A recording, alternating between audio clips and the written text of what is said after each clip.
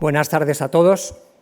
En primer lugar, dar las gracias a David por su magnífica exposición y por introducirme. Quiero dar, en primer lugar, las felicidades por esta importantísima iniciativa que durante una semana sitúa a nuestra comunidad, Madrid, en el centro de la sostenibilidad y, además, que va a contribuir a la construcción de un futuro mejor entre todos. Madrid en estos días abre sus brazos a diferentes manifestaciones culturales, con el objetivo común de compartir un compromiso con la diversidad, la igualdad, la ecología, la innovación y con un modo de estar en el mundo más responsable con el medio ambiente. Es, por tanto, especialmente satisfactorio para mí compartir hoy con vosotros esta jornada de MadBlue de 2021. Un proyecto internacional de innovación y cultura hacia el desarrollo sostenible y una poderosa herramienta de reactivación social y económica en estos duros momentos de la pandemia.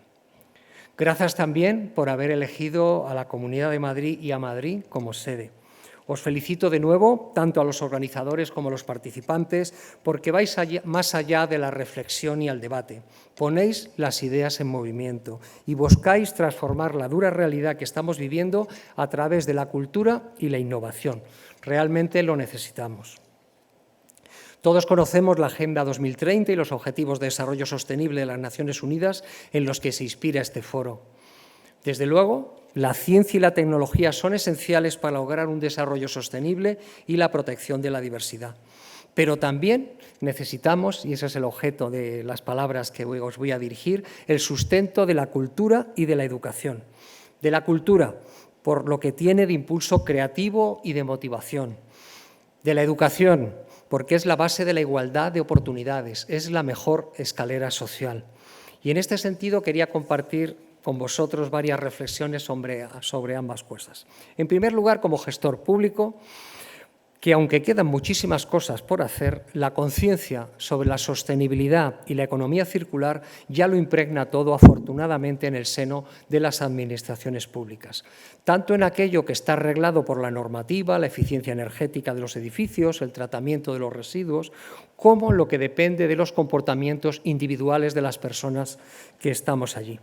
Ya nadie hace uso innecesario de las impresoras o las luces o los sistemas de calefacción o refrigeración se encienden y se apagan en función del uso en cada momento. Existe responsabilidad.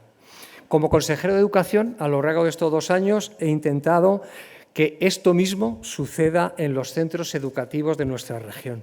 Tengo que decir que lo que me encontré era una realidad muy alentadora en la que ya había muchísimo camino andado. Los colegios y los institutos madrileños han sabido evolucionar para convertirse en sí mismos en auténticos agentes de sostenibilidad y también de economía circular. Son un ejemplo de ahorro energético y de aprovechamiento y reutilización de los recursos. Además, desde la consejería seguimos fomentando las acciones educativas relacionadas con el medio ambiente y la diversidad, dentro y fuera de las aulas. Tenemos programas específicos de educación ambiental y ofrecemos talleres orientados a formar en energía sostenible y en biodiversidad. Así, los estudiantes se acercan a los bosques y espacios naturales de la comunidad, pero también aprenden a reconocer y valorar la diversidad de la fauna, de la flora, en los parques que pueden estar cerca de su casa o cerca de su colegio. Contamos con un centro de educación ambiental en Villaviciosa de Odón, en los que se imparten cursos de formación del profesorado para incentivar actividades de identificación de árboles, creación de espacios verdes en los propios centros educativos. Es cierto que los niños y los jóvenes son muy participativos en este proceso porque, afortunadamente, ya traen de serie una actitud proactiva en defensa del medio ambiente. Han nacido inmersos en la alerta de que el planeta está en peligro y han interiorizado que salvarlo depende de cada uno de ellos. Por eso, también enseñan mucho a los adultos, ya sea en los colegios o luego en sus casas.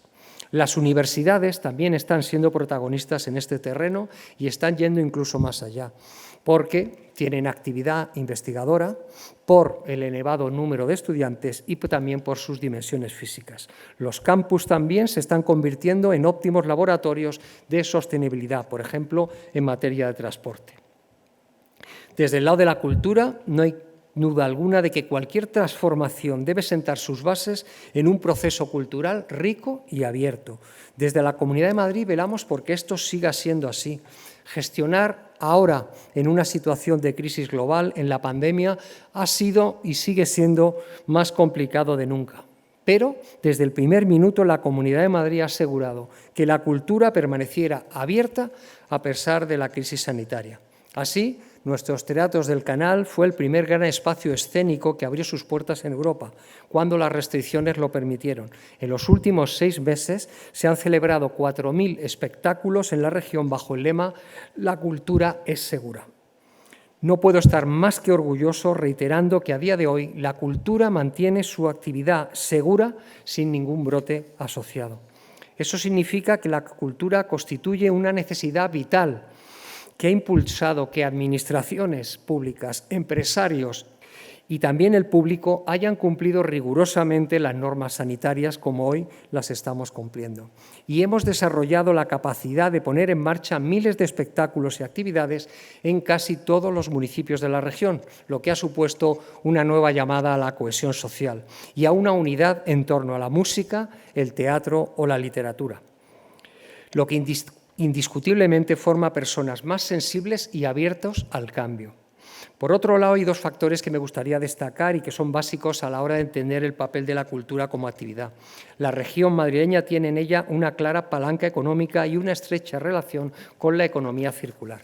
Sobre el primer aspecto, añadiré que la cultura genera muchos empleos directos e indirectos. Más de la mitad de la facturación generada en toda España por servicios culturales se produce en la Comunidad de Madrid. En cuanto al segundo punto, la cultura es además elemento tractor de otros sectores que abarca desde el turismo, la hostelería o el transporte. Las personas de mi generación estamos viviendo, en cierto modo, una experiencia circular de ida y vuelta, porque la sociedad está recuperando prácticas que conocíamos cuando éramos niños, cuando guardábamos los periódicos para llevárselos al trapeo, o cuando devolvíamos en las tiendas los envases de vidrio. Entonces apenas existían recipientes de usar y tirar. El boom de los plásticos ya estaba comenzando, pero no era percibido como una amenaza global. La diferencia entre nosotros y los jóvenes de ahora es que nosotros practicábamos la economía circular sin tener conciencia del alcance que estos géneros, que suponían esos gestos, ni lo que se podía suponer renunciar a ellos. Ahora las nuevas generaciones están creciendo bajo el brutal impacto de la pandemia, que es también nueva para todos. Por eso estoy convencido que nuestros jóvenes y niños van a ser más fuertes y más sabios a la hora de afrontar los enormes desafíos que tenemos por delante. De la mano de su empuje y talento podemos seguir mirando al futuro con optimismo. Hay una frase de Séneca que dice algo así como: no hay viento favorable para el que no sabe dónde va. Creo que Mad Blue es un ejemplo de reflexión conjunta de lo que queremos dejar a nuestros hijos y a nuestros nietos. Ese futuro no será posible sin unos cimientos sólidos, culturales y de educación, que formen personas dedicadas a dejar huella positiva. Sabemos hacia dónde vamos, las personas, las empresas y las administraciones. Y esto, tras un ejercicio de inteligencia colectiva como el de esta semana en Mad Blue, es ya una buena noticia. Enhorabuena otra vez a los organizadores de este estimulante foro y muchísimas gracias por todo.